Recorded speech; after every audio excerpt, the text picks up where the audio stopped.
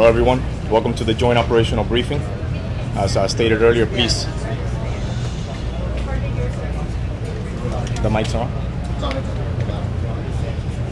As always, we're going to be taking the questions at the end, so please hold your questions, you'll be selected. And now welcome to the podium Governor Ron DeSantis. Good morning. I was able to meet this morning with some members of one of the urban search and rescue teams from Virginia that are now deployed. They drove, I think, almost 18 hours and then immediately went right to work. We also have teams from Indiana, Ohio, Pennsylvania, New Jersey. We appreciate that. Our folks in Florida, particularly the South Florida search and rescue teams, have been working tirelessly and relentlessly. It's obviously physically very taxing. It's also emotionally draining. As many of you know, they were able to identify a child whose father worked for the city of Miami Fire Department, and these are tough things for them. I mean, obviously we focus on the families, and rightfully so, but our folks have gone through a lot who've been out there, and I think that added support really means a lot. And so I just wanted to publicly thank again the folks I met in Virginia, as well as Indiana, Ohio, Pennsylvania, New Jersey. I also want to thank the President for supporting doing 100% reimbursement for some of the things here in terms of costs like debris removal. It can be very pricey, particularly for the municipality and even for a major county like Miami-Dade, and obviously the state would have a share of that as well. So he was very, very supportive of doing a 30-day reimbursement. That'll be very, very helpful, I think, to all levels of government here in Florida. So we appreciate that commitment. Of course, as many of you know, Tropical Storm Elsa has now become Hurricane Elsa, and we are working. I've ordered our Department of Emergency Management to start preparing a potential state of emergency. So I'm going to be working on that today. If we do the executive order, that will assist our emergency response team in preparations for Hurricane Elsa. Now, we don't know exactly the track that it's going to take. It is possible that we could see tropical force winds as early as Sunday night in southern Florida. And so we're actively monitoring the situation like we always would do with these storms. But given what we're doing on this site, we're also paying special attention to any impacts that could happen here in northeast Miami-Dade County. It is possible that this area could see tropical storm force winds. Not guaranteed, but it is possible. And so our Department of Emergency Management is assuming that will happen and making the necessary preparations to be able, obviously, to protect a lot of the equipment. You could potentially have an event with the building as well. So we are going like we normally would with these things. This is just what we do, but we're adding this special emphasis on this site because we understand the sensitivities involved. How it will work most likely is the further west that this thing tracks, the less likely, of course, there'll be impacts here, but it would likely be stronger when it got to the Gulf of Mexico. The more it interacts with land, the Dominican Republic and Cuba, the more likely you would be to slow it down. But there will be some impacts in Florida, at some point, starting as early as Sunday night. So we're going to be working on that and working on this. We'll do them both on a dual track, and obviously our emphasis with the storm, do what we normally do, but then also a special sensitivity to anything that would need to be done to make sure that the efforts here are supported and protected. Thank you. Thank you, Governor. And now for Spanish remarks, Lieutenant Governor Janet Núñez.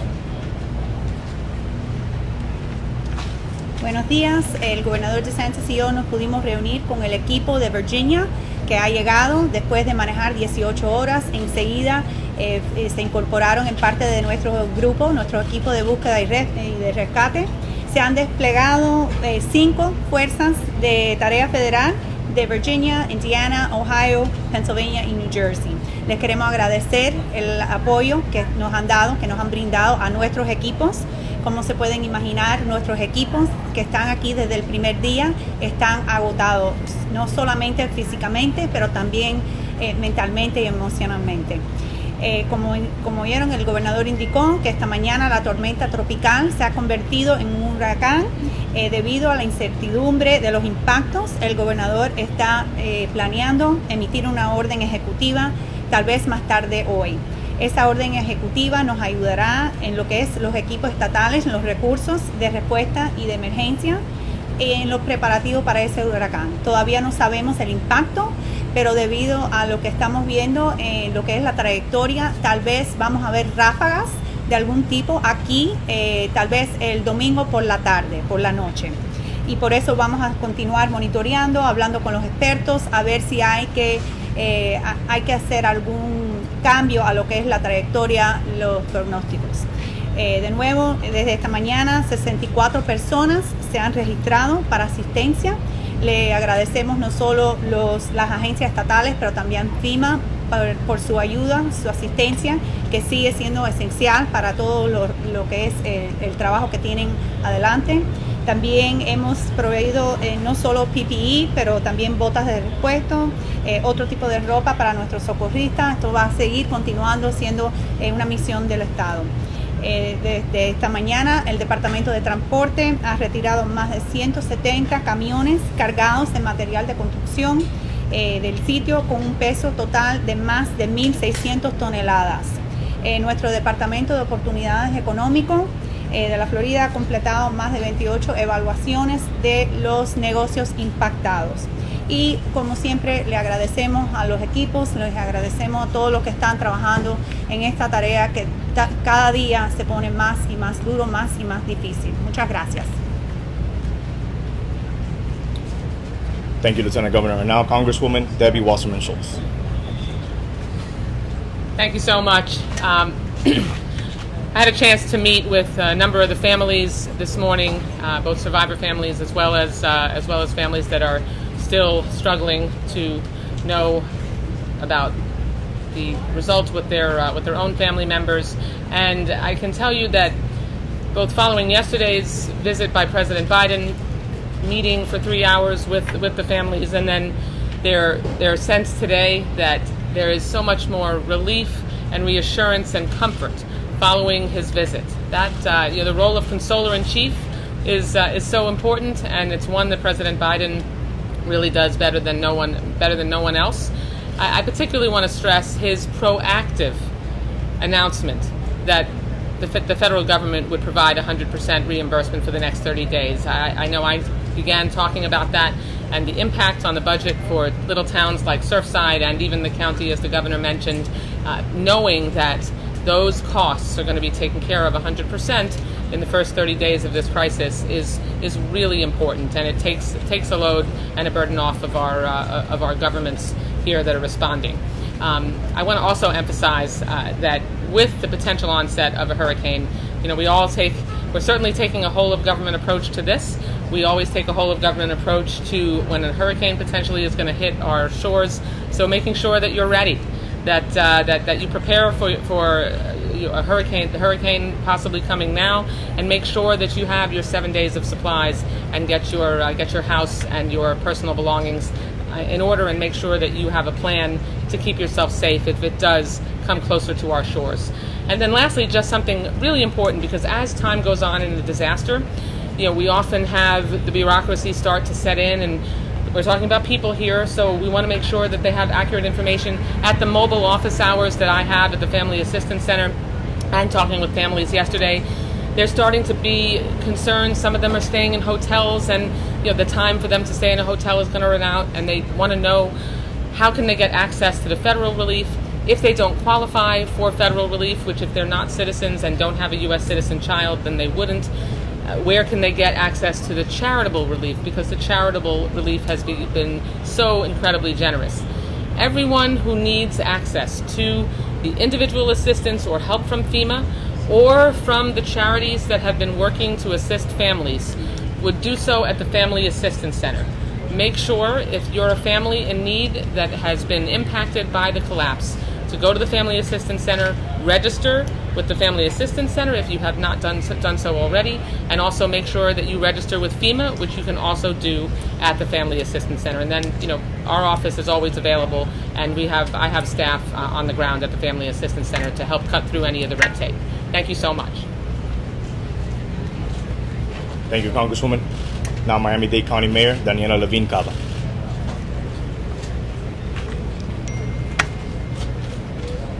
Here we are, day 9.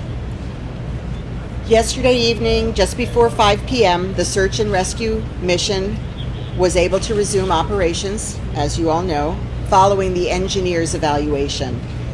Our first responders have been hard at work, as they have been this entire time, continuing to search through the pile that is accessible to them. And last night we did discover 2 additional victims. Tragically, one of those victims was the 7-year-old daughter of a City of Miami firefighter. And it goes without saying that every night since this last Wednesday has been immensely difficult for everybody, and particularly the families that have been impacted. But last night was uniquely different. It was truly different and more difficult for our first responders. These men and women are paying an enormous human toll each and every day, and I ask that all of you please keep all of them in your thoughts and prayers. They truly represent the very best in all of us, and we need to be there for them as they are here for us. With these developments last night, we now have we've now confirmed 20 deaths. 188 people are accounted for, and 128 are unaccounted for. And you'll notice that the number of accounted for people has increased, which is of course good news. And it is one of the reasons that it has increased is that in some cases in which we originally received a report of a potentially missing person, that report was only marked as one person. But when the detectives were able to reach and verify the safety of the person in question, we discover that there are, in fact, several family members who could have been counted for potentially in the building, and now we can mark them as safe. So this is very, very good news. Again, that's 188 people accounted for. Our detectives are continually conducting an ongoing audit of this list as we verify every single angle, every single report, so that these numbers will continue to change. As we've said all along, they're fluid, and you can understand exactly why. Our engineers and our Miami-Dade Fire team have continued to evaluate and test the site as they work to expand the search area as quickly as possible and as it becomes safe to do so.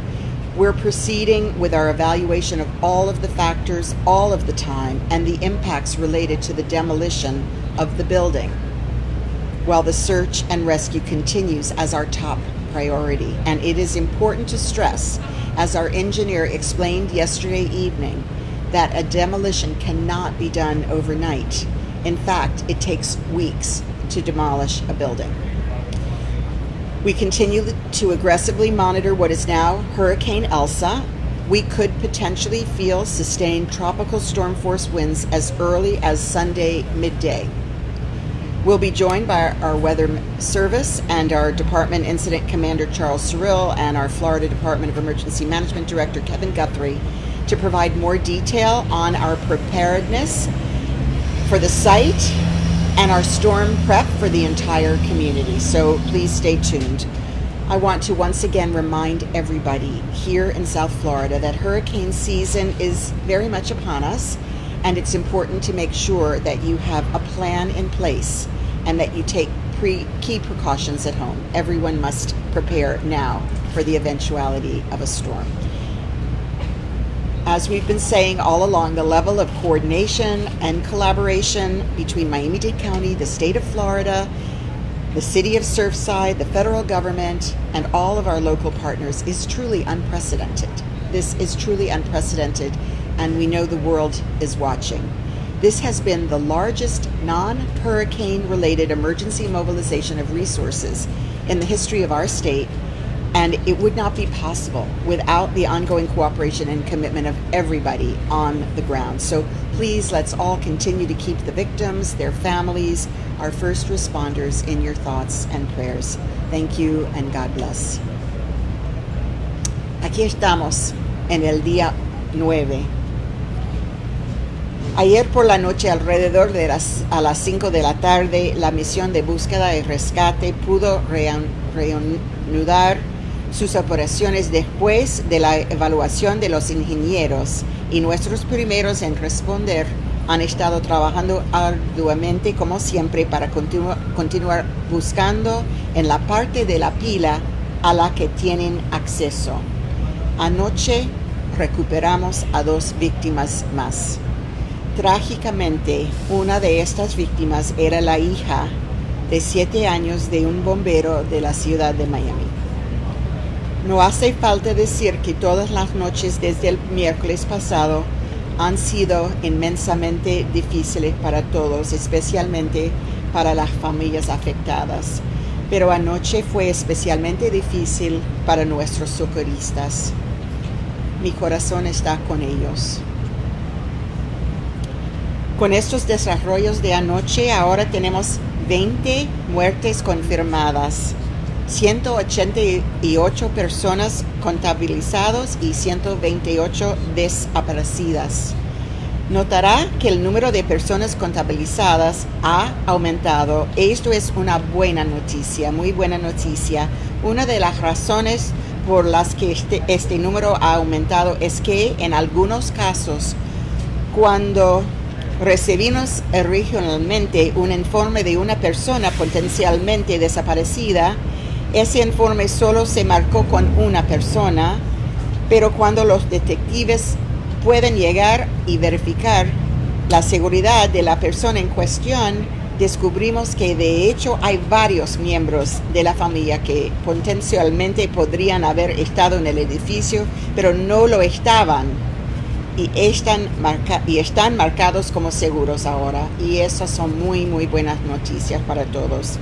Estamos procediendo con nuestra evaluación de todos los factores y impactos relacionados con la demolición del edificio mientras la búsqueda y rescate continúan como nuestra principal prioridad. Es importante enfatizar, como explicó nuestro ingeniero ayer, que una demolición no se puede hacer de la noche a la mañana. De hecho, se necesitan semanas para demoler un edificio. También continuamos monitoreando agresivamente lo que ahora es el huracán Elsa. Potencialmente podríamos sentir vientos sostenidos con fuerza de tormenta tropical tan temprano como el domingo al mediodía.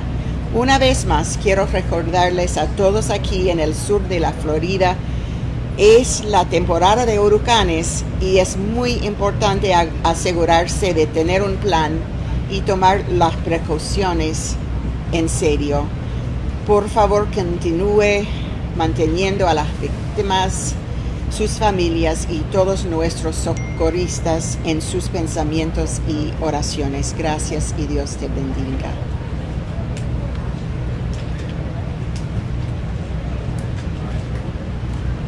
Thank you, Madam Mayor. And now City of Miami Mayor Francis Suarez. Thank you, Madam Mayor, and thank you to all who have collaborated and cooperated on this terrifying few days that we've been here. I can confirm, as the governor and the mayor have stated, that the City of Miami Fire Department has lost a 7-year-old daughter of one of our own firefighters.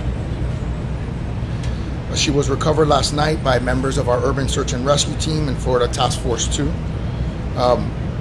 Our chief is asking that all of you respect the privacy of the immediate family as well as our fire department, which is understandably grieving tremendously.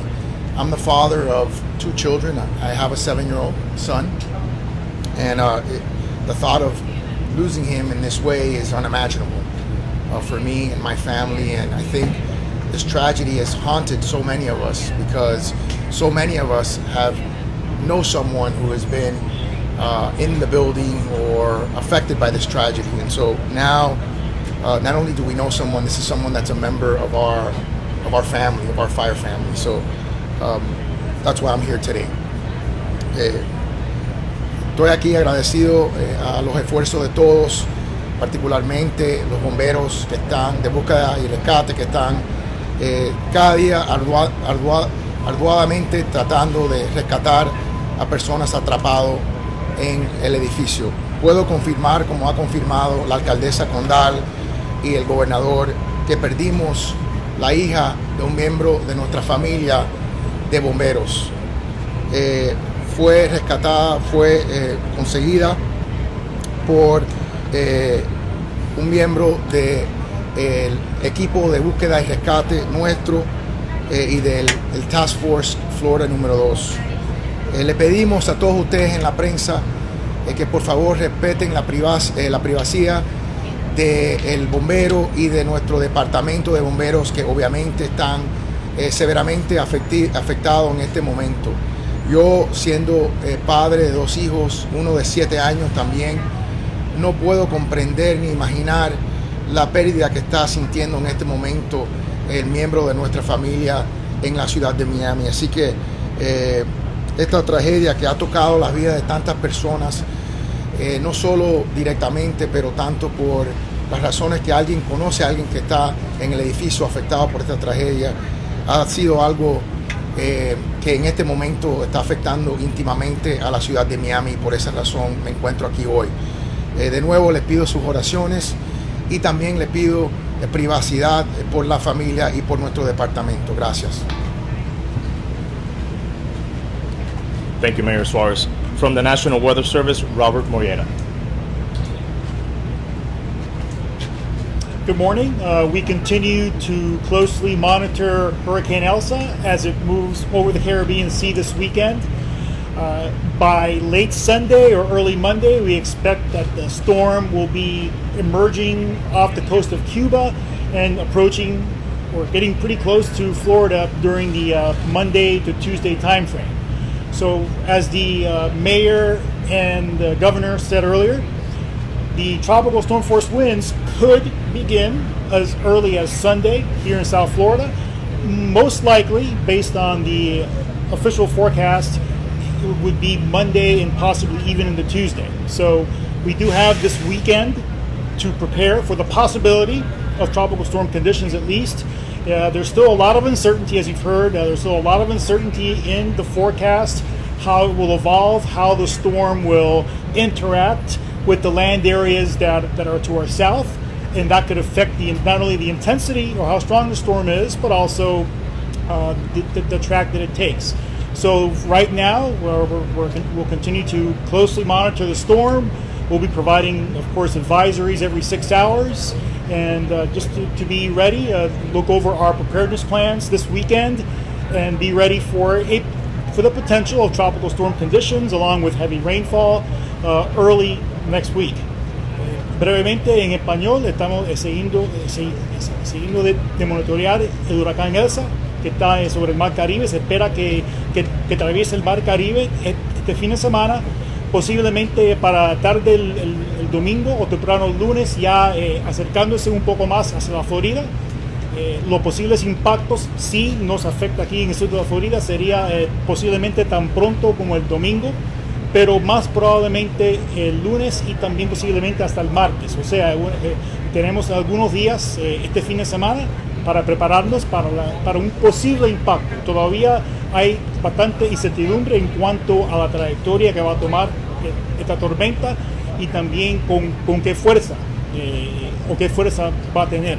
Pero simplemente hay que seguir vigilando el sistema, como lo vamos a hacer nosotros, y nosotros vamos a pasar esa información a todos ustedes con los informes cada 6 horas. Muchas gracias.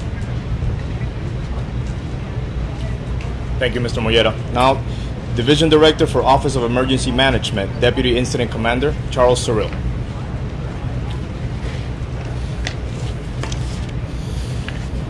Good morning, everyone.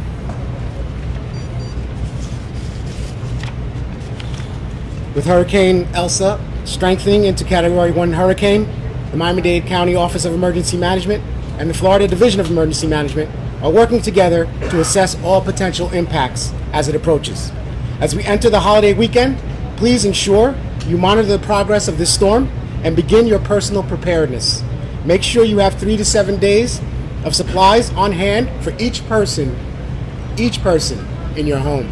Additionally, residents are urged to begin securing their home in preparation for potential impacts. Any objects that can easily be blown away by a hurricane winds should begin to be secured, either tied down or brought indoors. Examples are garbage cans, patio furniture, etc. And be sure to take tree trimmings to your local trash and recycling center. It is critically important that these preparatory activities begin today. Also, be sure that your emergency equipment, such as hurricane shutters, and battery-powered radios, are working and are in order. Please test them today. Find out if you live in an evacuation zone, know your zone, and as always, the 311 contact center is available for any questions. If you would like more information, please visit miami-dade.gov/emergency.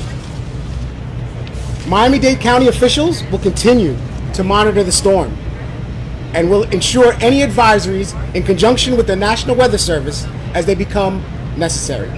Stay informed of all latest developments by downloading the Ready MDC app.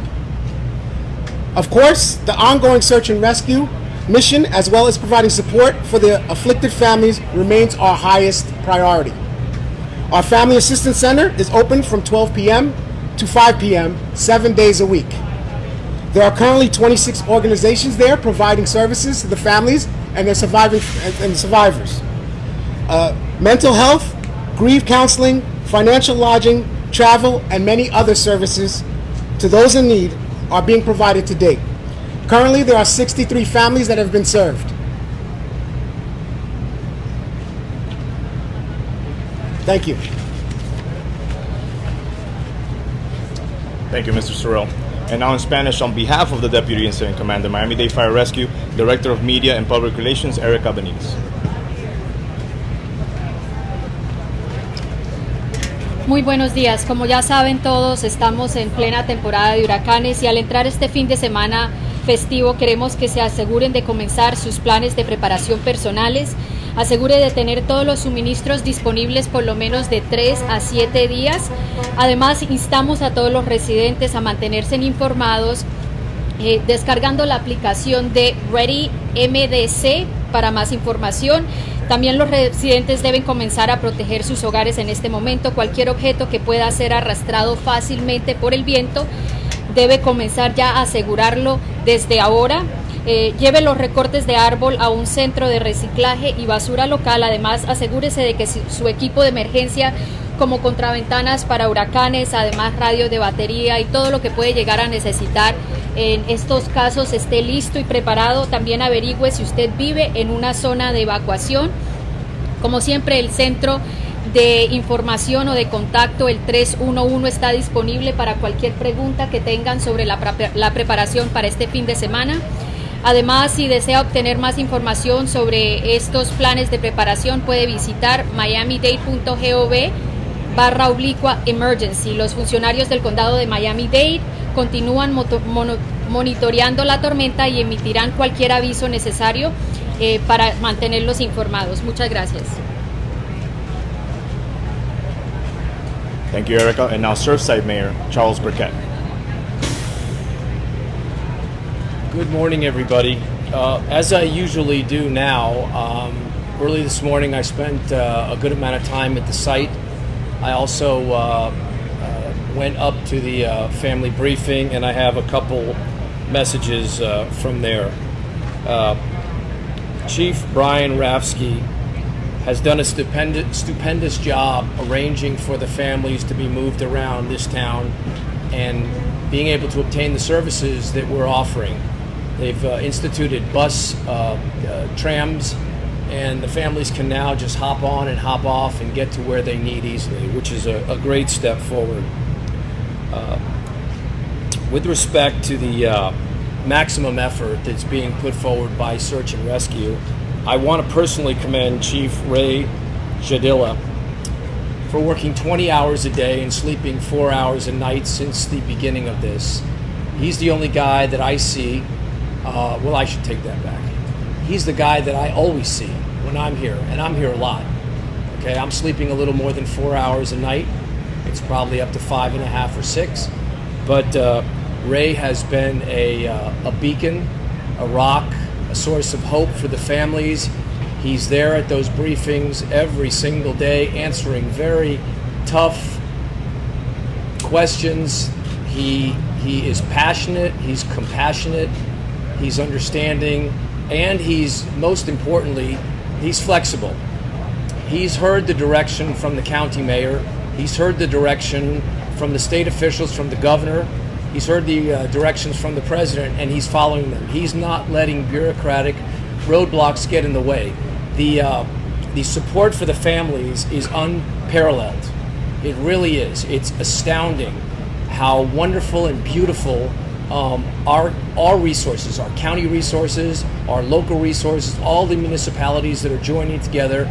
It's like a chorus, and it's just playing beautifully. I mean, and I can tell you from firsthand experience that the families appreciate it and acknowledge it, and they do it over and over again in those meetings. So there's not any dissatisfaction that I've been able to detect, and I'm looking for that, because my role here is, I've got a very small role, but I make it a point to be where everybody is, so that if there is a problem, I can bring it up to County Mayor Cava, I can bring it up to Florida Governor DeSantis, and I can make our senators aware, and that's what I've been doing, and that's been working, because when there has been a glitch, it has been immediately addressed.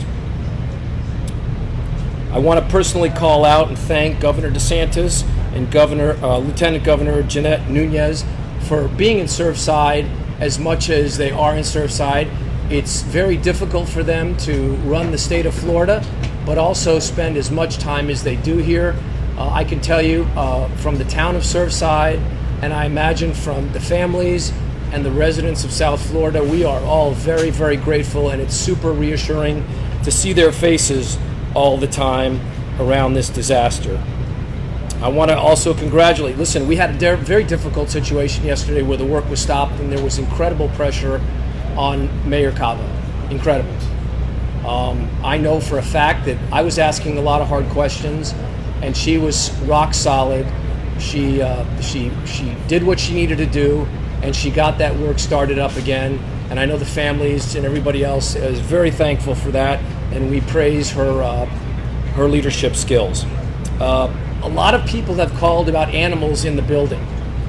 They're concerned. It's not one or two people. I get calls and emails all the time, and they want to know whether or not we can get in there to rescue the animals. I will say that I know for a fact that that building has been covered at least 3 times by the brave men and women of the search and rescue teams, up and down, looking for anything alive. And to this point, I haven't heard that they've seen anything. Moreover, I heard today that there are drones flying around inside that building also looking, and I know that if there were issues with respect to animals in there, that we would probably hear about it. So for those folks that are really worried and losing sleep over that, just know that your county officials have that in mind and are not discounting that. Last thing I want to do, 2 more things. I just want to tell you that I'm meeting today with the displaced families from Champlain South, who were immediately taken care of. Again, the work that the county has done in conjunction with the state authorities and the federal authorities is really something I think that's going to come out later on after we get over the shock and horror of this collapse. And we're not going to talk too much about it, but suffice to say, it is working. Government is working. Most people don't see government working a lot, but right here, right now, government is working, and I'm going to meet with the displaced families. They've asked me to come over and talk to them, so I'm going to make sure that they're getting everything they need, and if they're not, I'm going to make sure they do. Last thing, Champlain North, the building that's substantially the same as the building that came down, the same construction, the same developer, the same name, probably the same materials.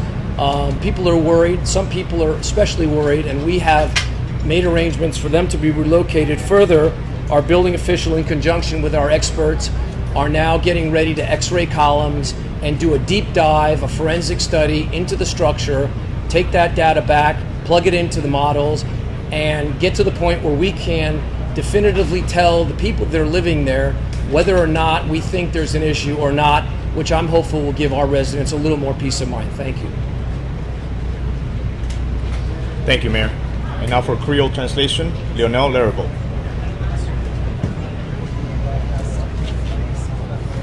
Bonjour tout le monde. Hier soir, nous continuons le travail Jean, que nous avons toujours fait et nous avons découvert 2 nouveaux victimes. Une victime, malheureusement, c'est une petite fille qui a 7 années et qui a perdu la vie. Papa lui a travaillé comme pompier, comme agent pompier dans Miami-Dade. Nous connaissons comment ça a été difficile pour toute l'équipe là pour te faire découvrir ça. Nous demandons pour continuer à prier pour eux de côté par eux. Victime nous, c'est victime qui sortent tout partout, c'est pas victime au quartier ni en comté seulement, ils sortent tout partout dans le monde. Pour le moment, nous comptons 20 morts, nous gagnons 188 que nous joignons et gagnons 128 personnes que nous pouvons joindre toujours. Pour le moment, ingénieurs avec équipe pompiers travaillent pour être capable d'évaluer de sorte que sont capable d'évaluer et joindre qui gens sont capable d'étendre zone de recherche que y a faire. Pour le moment, il a évalué tout qui gens sont capable d'attaquer question de démolition pour le fait pour la vie moun pas mettre en danger encore. N'a surveillé comment Elsa a évolué, il est sorti de niveau tempête tropicale, il est passé dans niveau ouragan. Et dimanche, à la mi-journée, probablement, nous sommes capables de gagner de forts vents et peut-être de fortes pluies. Pour le moment, je demande à tout le monde de songer que nous sommes dans saison cyclone. Et saison cyclone, c'est le moment que tout le monde doit préparer pour conséquences cyclone. Nous tous connaissons, faire attention et protéger tête nous, protéger la vie. Merci. Thank you, Mr. Laravel. Now we're going to be opening up for questions. Please address it to who the question is for, and then. First question is for anybody. Are there any fears that the winds could bring down the building of the hurricane or tropical storm? And to the fire chief, if there's any way you can talk about just the mental state that somebody can go to work knowing that their child is there, and I mean the story has pretty much gutted so many people about the firefighter planning and just what kind of mental state somebody can go to work. Yes, in regards to the hurricane, now another significant obstacle in the horizon heading this direction. So yes, we have engineers. We have an established engineer group. We've had them on site from the beginning with our USAR teams. Now we've incorporated more engineers, so we're using our state and federal assets as well, and then as well as our county assets locally. So we have an engineer team which is developing all different plans. We have more equipment now monitoring, so we brought more resources in the other day, where we're continuing. As I stated, from the incident when this began, it's just so challenging. So many different obstacles, one after the other. And that building standing definitely has been a huge obstacle, and the hazards that for our men and women that are out there working. As a fire chief, that's my top priority, saving lives and protecting our personnel. And that goes hand in hand. So it's a delicate balance and very, very difficult decisions at time to make. For the windstorms, we'll monitor and we'll have to see if the direction of the storm and how close it gets, and then we'll have to make the necessary precautions and modifications to our plan. And then also, I do want to comment to the second question. Every victim we remove, it's difficult. It's very difficult. We try to respect. We have a whole process in regards to how we remove each individual that we come across. Unfortunately, we haven't been able to remove any survivors yet, but it's very difficult. And last night was even more. When we're removing a fellow firefighter's daughter, and that's just where I want to emphasize the emotion, what we're feeling. As firefighters, we do what we do, and it's kind of a calling, and we always say that, but it still takes a toll, and that's why you see more resources coming through. Our brave men and women of our Florida task force, we've been going, nonstop, and so it's nice with our federal resources coming through, and this has always, been the plan. I just was hoping that we've had some survivors so far. Chief, just to follow up on that, first of all, I'm so sorry about your team member's child. The timeline for it, I know you're not releasing names, but how is the whole team dealing with it? How is he doing and their family? And then a follow up to that, how do you all keep from avoiding the word recovery at this point? Well, obviously the firefighters are emotional. I'm not going to disclose anything, and I respect for the family, but it takes a toll. It takes a toll. In regards to keep going, it's how we evaluate what we look for. Certain aspects. So we know we still have several individuals missing, and that's kind of our primary focus to see if we have a survivor. Question right here. Chief, I'm sorry, everyone really wants to know, clarify this here. Was that firefighter actually working on the pile at the time, or was it others who rescued him? Were they there observing, and was there some kind of service? I from what we were hearing, work stopped and there was a moment, and I forgive the question, but the whole world's heart is broken, and we just want to know. No, well, it was Florida Task Force 2. We're out there in different work groups. So out of the work groups that go through, they were part. The father wasn't part of that process, but obviously was notified. And, we don't stop because we're searching, but we do make modifications. And we do that with each group. Each rescue group, when we come across an individual, obviously we pay our respect. We have a process. I'm not going to go into details, but with different religious faiths, we have a process that we started from the very, very beginning, and we comply with that.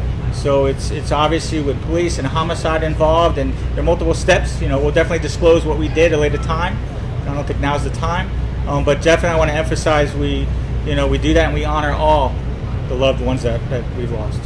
So, Mayor, you mentioned it would take a while before the building would actually potentially be taken down. Can you update us where you guys are in the decision process, and when would the earliest potential be for that building to actually come down? So we've had a couple of meetings with the engineers. They're meeting regularly to look at exactly what would be the process, and we are going to move expeditiously. But we're going to move expeditiously on decision making, but it will take some time for the demolition to occur. Thank you, Division. Last question here. Spanish, please. Can we have Spanish about how you guys feel the fire rescue, about finding the kid that belongs to the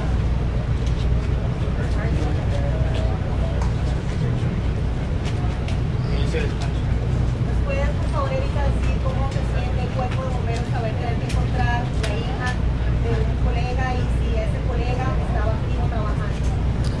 Bueno, no voy a entrar en detalles, obviamente, por la privacidad que queremos darle a la familia en este momento de gran duelo, pero como padres de familia y aquellas personas que tienen hijos pueden imaginarse en el dolor. Es desgarrador lo que pasó aquí, y aún más si es tan cercano, algo tan cercano como un hijo.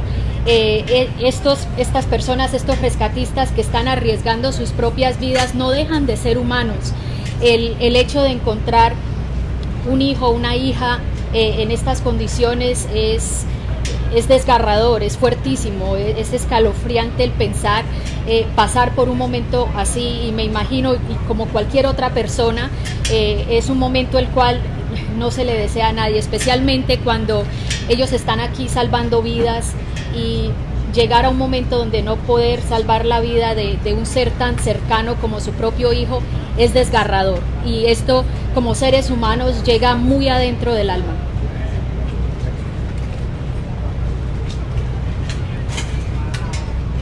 I just want to emphasize that for all of us here and across the world, we know that this entire process is as if it were our own children, our own parents, our own sisters and brothers and grandparents. That's how it is every day here and around the world. Thank you. Que quiero decir y agradecer que todos sabemos que puede ser nuestros hijos, nuestros padres, hermanos, abuelos, y sabemos que el mundo entero está con nosotros. Gracias. Thank you. Thank you, everyone.